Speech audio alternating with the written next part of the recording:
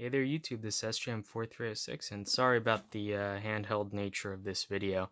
I would normally have my phone in this mount, but obviously I have something else that needs to be held in this mount. And this is my newest project. I'd like to thank JLCPCB for sponsoring this video and providing these PCBs free of charge.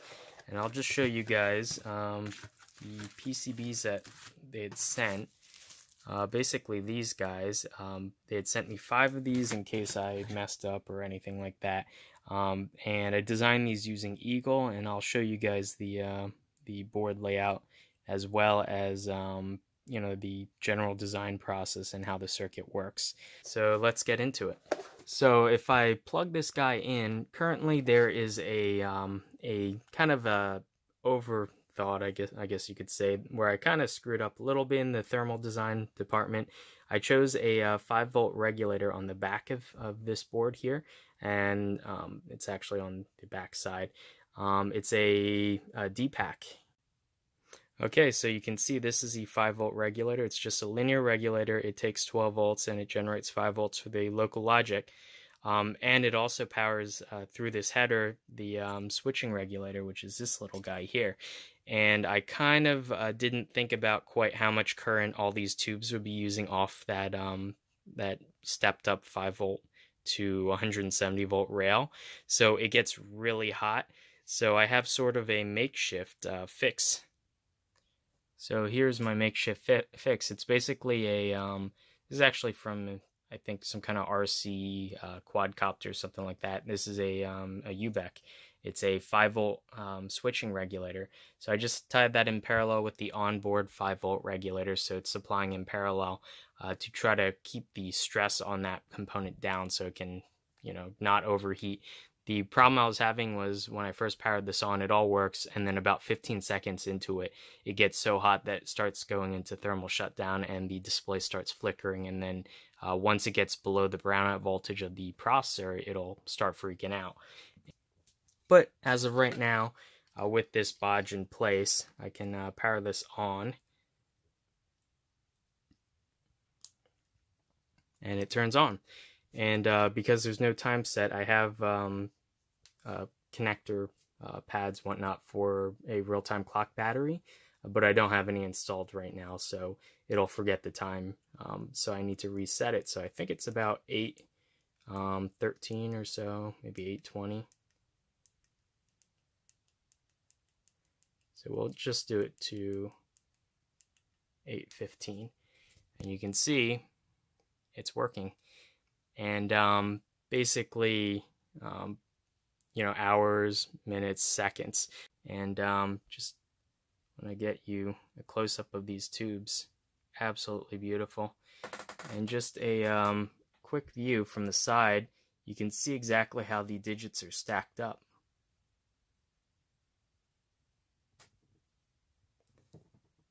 So these are absolutely stunning. That flicker that you see is because I'm actually updating the display at a certain refresh rate, and it isn't quite matching the refresh rate of my camera. So you see a flicker, but in real life I can't see anything. It looks like it's on solid to me. Okay, so here's the clock fully operational. The software is pretty much 99% done. Might want to add some more features in the future, but for now it's good enough for me. Just wanted to show you guys the firmware that I wrote, the software side of things. The code is down below, and I've commented pretty much everything that I could that I think would help a normal person, you know, into programming, be able to modify it to suit whatever needs that they have.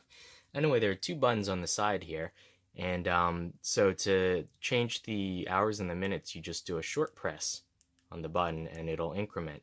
If you press and hold both of them, it'll go into this flickery mode, and here you can see I can go through the menu. There are 4 top level menu choices, and then when I hit the top button, which is the hour button, it'll exit out the menu after you cycle through 4 times. So I'll quickly go through what exactly all the menu settings do. Okay, here you can see the menu settings that I have. So one is roulette. And if you hit the minutes button, it'll enter menu setting 1 from the top level, and among that, there'll be 3 choices that you can cycle through using the minutes button, and that'll be 0, 1, and 2.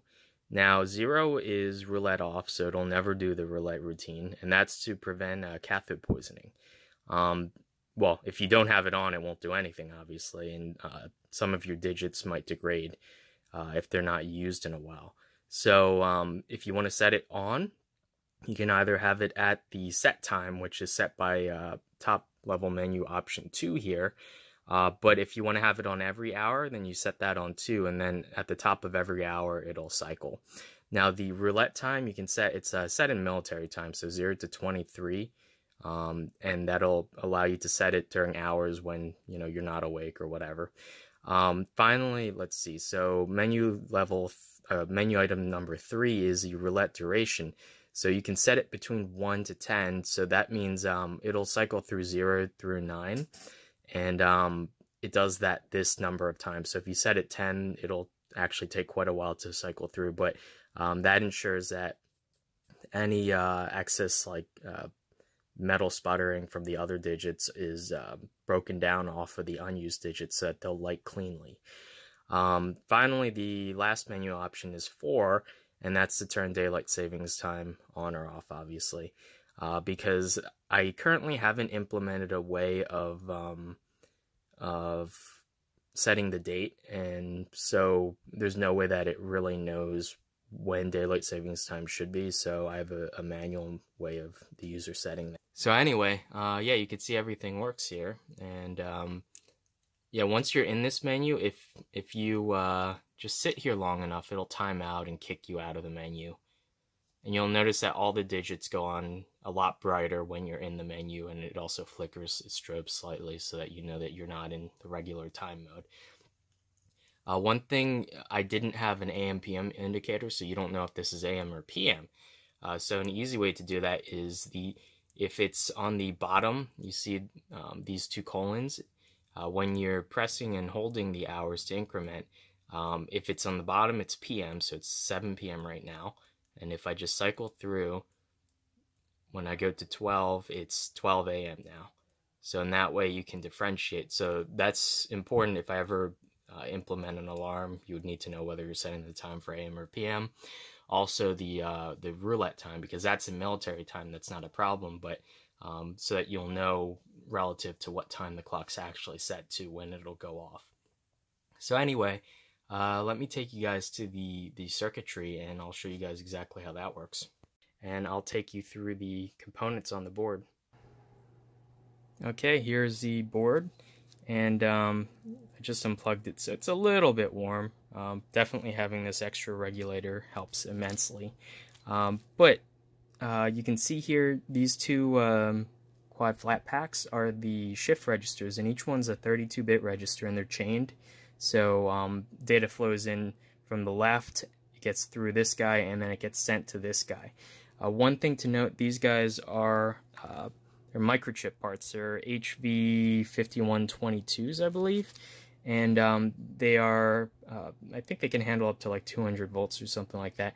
But the important thing is it's a SPI shift register, but it doesn't work at 5-volt logic. I think you might be able to get away with it, but it's spec'd in the datasheet. I think minimum is like 8 volts or something like that. So I'm using some NPN transistors with some pull downs, and I'm inverting my logic signal to generate the 12-volt switching signal in order to control these guys right now. So, and that's namely due to the fact that I don't have any isolation circuitry, and I'm essentially just driving this off the 5-volt microprocessor. And this guy is a PIC 16F886, which is a 8-bit processor with about 8K of RAM flash, and yeah, so it's not very powerful, but it does a job. It's clocked internally using the 8 megahertz internal calibrated oscillator. The real-time clock is a DS1302, and it's the one that I use with everything pretty much. It's not super accurate, but it's dirt cheap, and I have like a ton of them in a drawer because I bought a lot, in my round of projects I've been making clocks recently. and it uses a 32 kilohertz, actually 32.268 or something like that, crystal oscillator. And these two pins here, positive and negative, are for the battery backup. And the chip can actually charge, if it's a rechargeable battery, can recharge it. So the idea would be to use a super cap in that case. These tubes are IN12As, so you can just about see that they're date marked to 74, and these are Russian-made tubes. One interesting thing to note is the 5 is just a 2 upside down. They did that to save money in order not to have a separate die for the extra digit. Other than that, there's really nothing too crazy going on here. The current limiting resistors to the anodes of each of the tubes has their own. They're a 33K resistor, and I've measured the current through each tube is about I think it's 1.25 or 1.5 milliamps, so that's within the 2 milliamp spec, and it's plenty bright enough. This module I actually bought off eBay, this one here, and this is the 5 volts to 170 volt step-up converter, and that's what actually powers the tubes and makes everything able to run off a 12 volt supply, and I'm just using an external switching power converter to supply it with 12 volts. And so this is pretty much everything in the design. And as I noted before, underneath this regulator, there's the step-up converter, there's the 5 volt regulator that powers all the logic. So let's take a quick look at exactly the what the process for assembly was. Now, I took some footage and it was pretty sped up because it took me over the course of probably a couple weeks waiting for different parts to arrive and figuring out, certain problems that I had during assembly. So let's just sit back and enjoy the sped up assembly.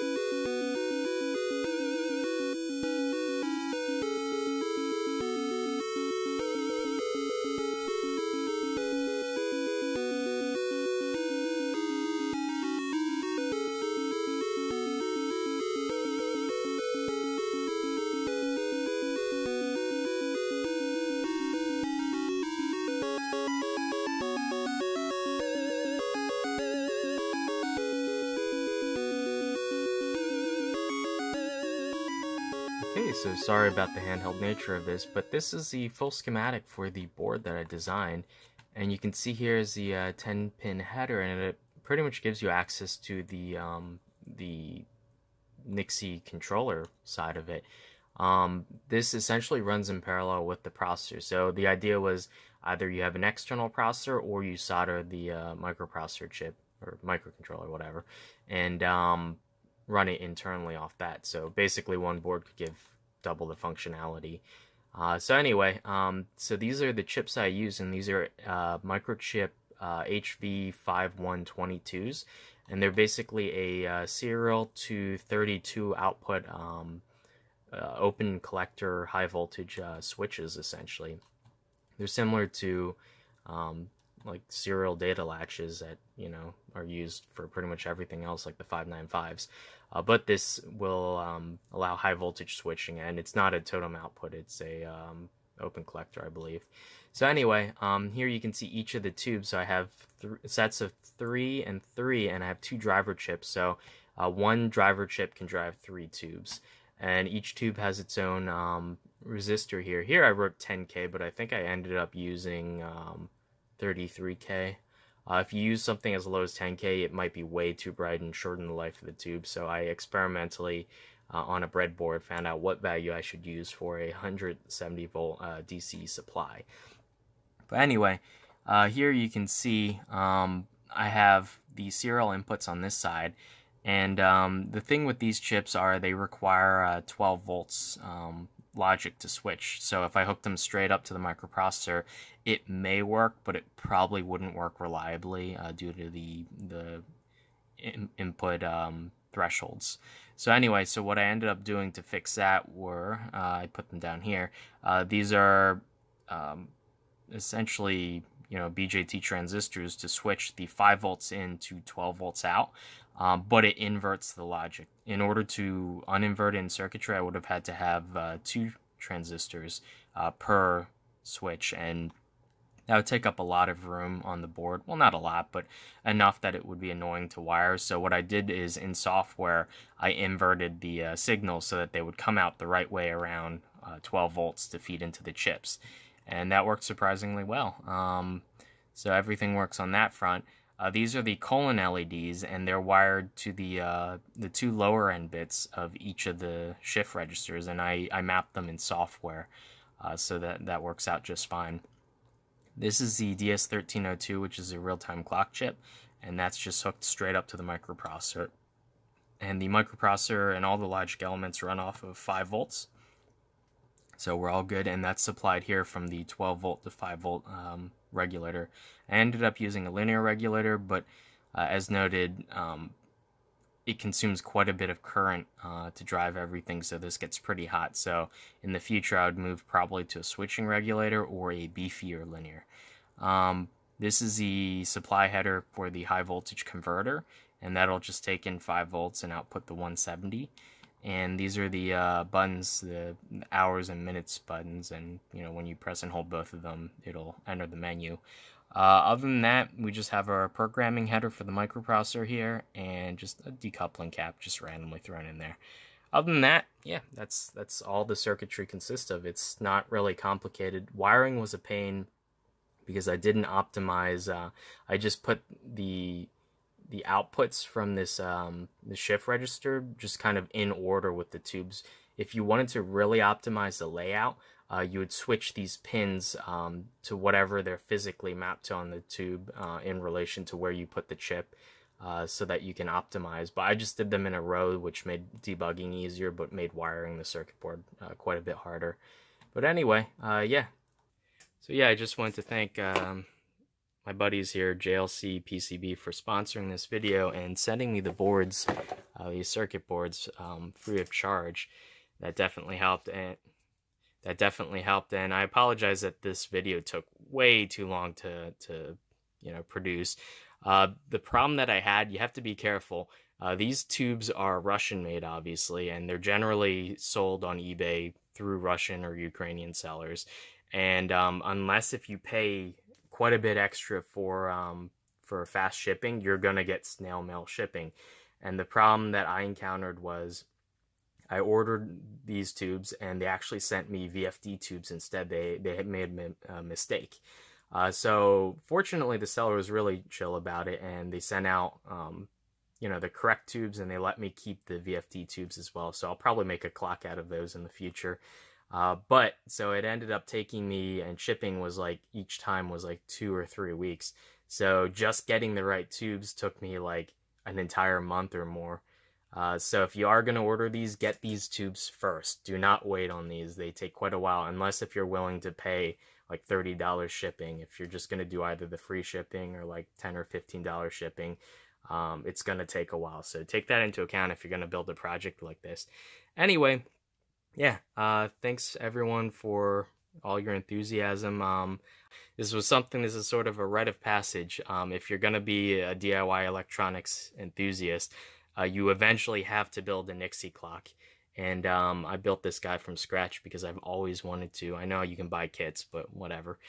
So yeah, this will end up going into a clear plastic case with a the power supply and everything built in, so it just plugs straight into the wall. And I'll probably do an update video when I get that done. But for now, at least the hardware and the software is done. So thumbs up. And I will see you guys in the next one. Bye.